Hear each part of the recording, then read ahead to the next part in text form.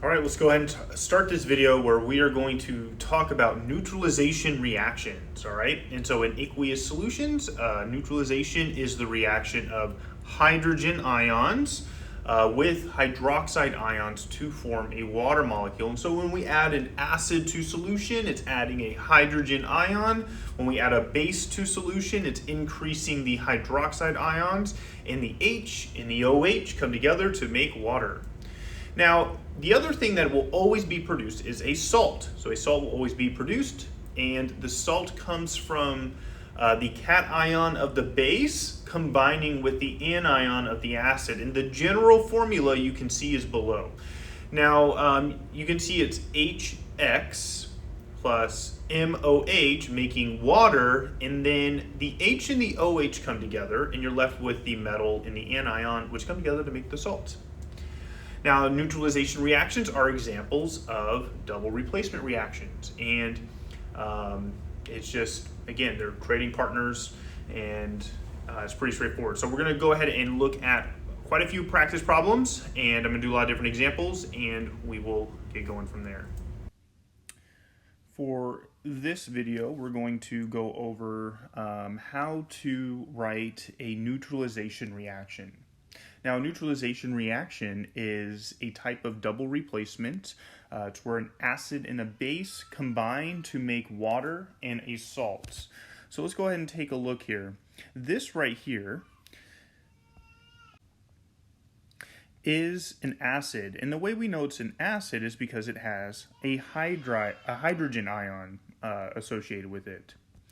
This right here is a base because it has a hydroxide ion. So this is an acid, this is a base.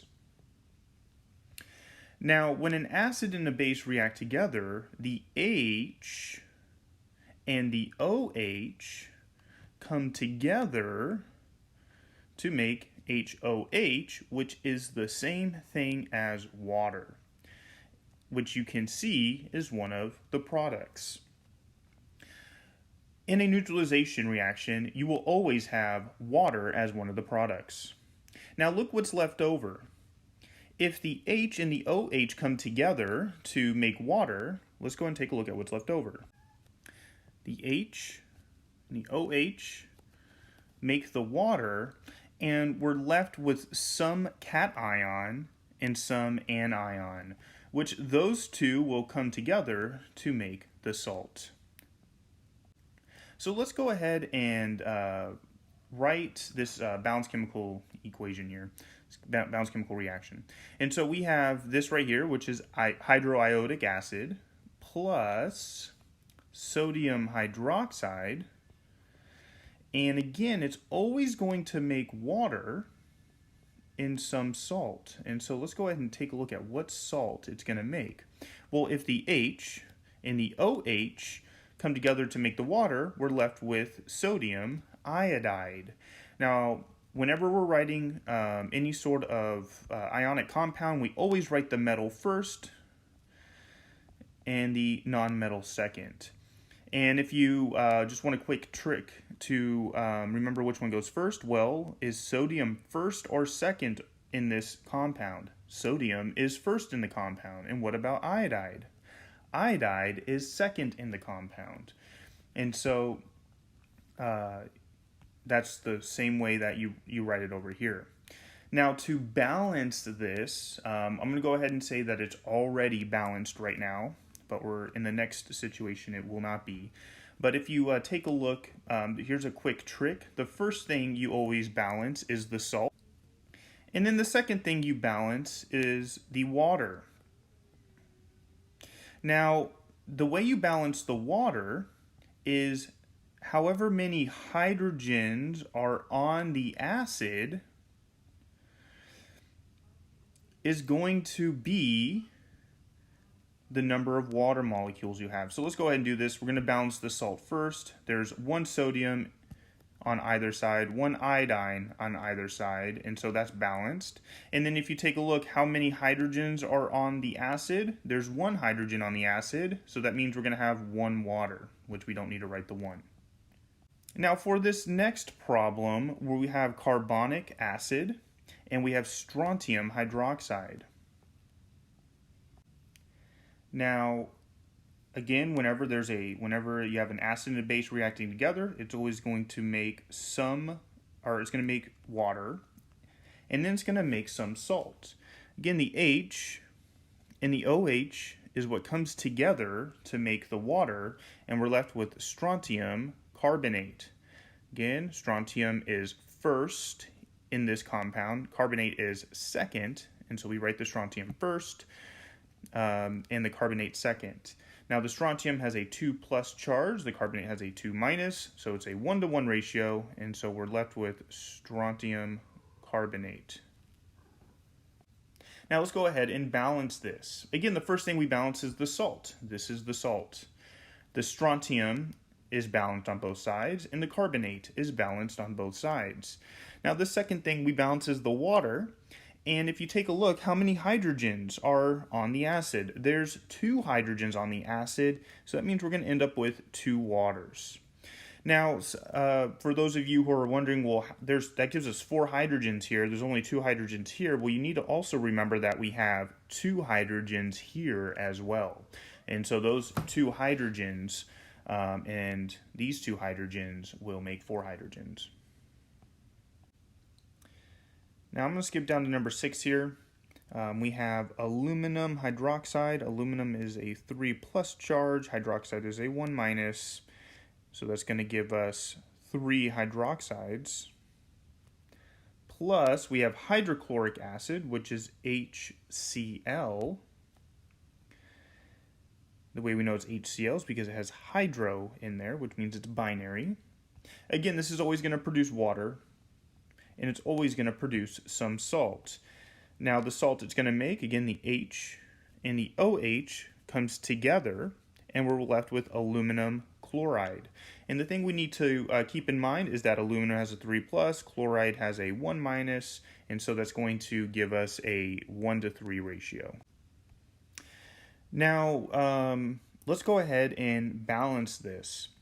So you balance the salt first. There's 1 aluminum on both sides. However, there's 3 chlorines here. There's 1 chlorine here. And to balance that, we put a 3 right here. And then this is where I really want you to pay attention here. Now we balance the waters. And again, however many hydrogens are on the acid tell us how many waters there are. Well, how many hydrogens are here? There's 3 hydrogens there. Yes, there's 1 hydrogen that is attached to the chloride. However, when we put this 3 right here, that's going to give us 3 hydrogens. So that means we're going to end up with 3 waters. And again, that's going to end up giving us 6 hydrogens total. There's 3 here, there's 3 here. It works out. And then the oxygens are also balanced. So let's go ahead and do this practice problem here. Number 7. Again, the H and the OH will come together to make water.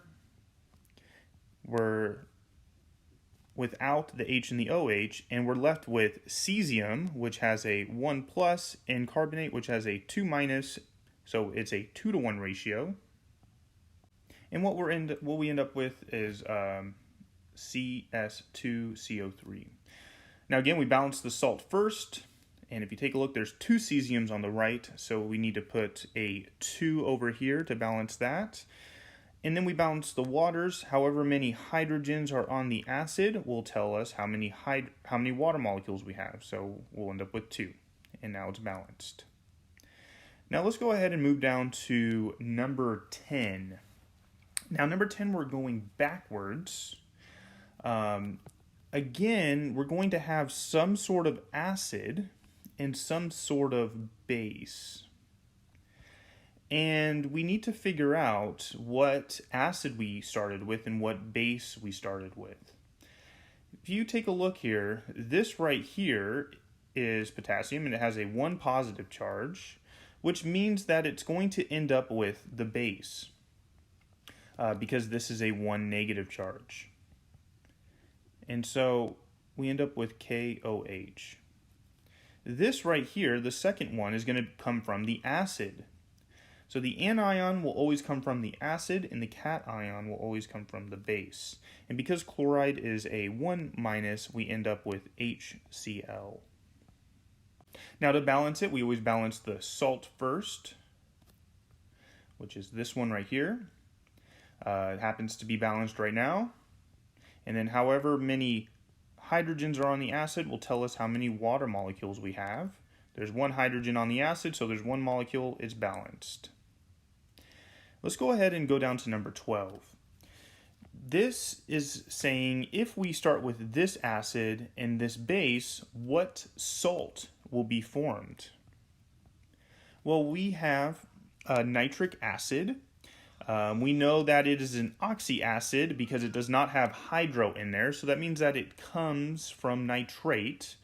And so nitric acid is going to be NO3, and this is a 1 minus because the ic comes from 8. So that means that we're going to end up having one hydrogen on there. And so that's going to be the acid. Now the base is sodium hydroxide, which is going to be NaOH. Now remember, the OH and the H is what comes together, so really all we need to worry about is what is the cation, which is sodium, and what is the anion, which is nitrate. And I realized that I wrote this in the wrong spot. And so we end up with sodium nitrate, and so that's going to be the name of it. So let's go ahead and talk about number 13. So we have hydroiodic acid. That means it's a binary, which means it's going to be I, the iodine. And then we have calcium as the cation. So it's calcium. Now calcium is a 2+ charge, iodide is a 1 minus, and so we end up with CaI2. And the name of this is going to be calcium iodide. If you really need to, you can write out the whole balanced chemical equation to help you with this, but it's good to kind of practice this. So again here, magnesium is going to be the cation. Hydrosulfuric means that it's just sulfide, so it's going to be magnesium sulfide. This situation is going to be ammonium, and then hydrofluoric acid has fluoride, so it's ammonium fluoride. This one's going to be barium. Sulfuric acid does not have hydro, which means that it's a oxyacid. Ic comes from 8, so it's going to be sulfate, so it's barium sulfate. Now let's go ahead and move on to this. Now we're kind of, this is just like the problem before, except for that it's backwards. We're going backwards. We're given the salt, and we're asked to come up with the acid and the base. Again, acids all have hydrogens, so we can just go like this, and then the bases have hydroxide, so we can just go like this. Now, this right here is going to be a positive charge, and the chloride is going to be a negative charge. And if you remember, hydrogens are positive, hydroxides are negative. And so whatever is negative will end up with the positive hydrogen ion. And whatever is positive will end up with the hydroxide ion. So in this situation, the calcium is positive, and it's a 2 positive. So when we write it with the hydroxide, we have to give us 2 hydroxides because this is a 2 positive. And then phosphate is 3 negative. Since phosphate is 3 negative, we're going to need 3 hydrogens. Now go ahead and do the rest of these practice problems. The answers will be on the key.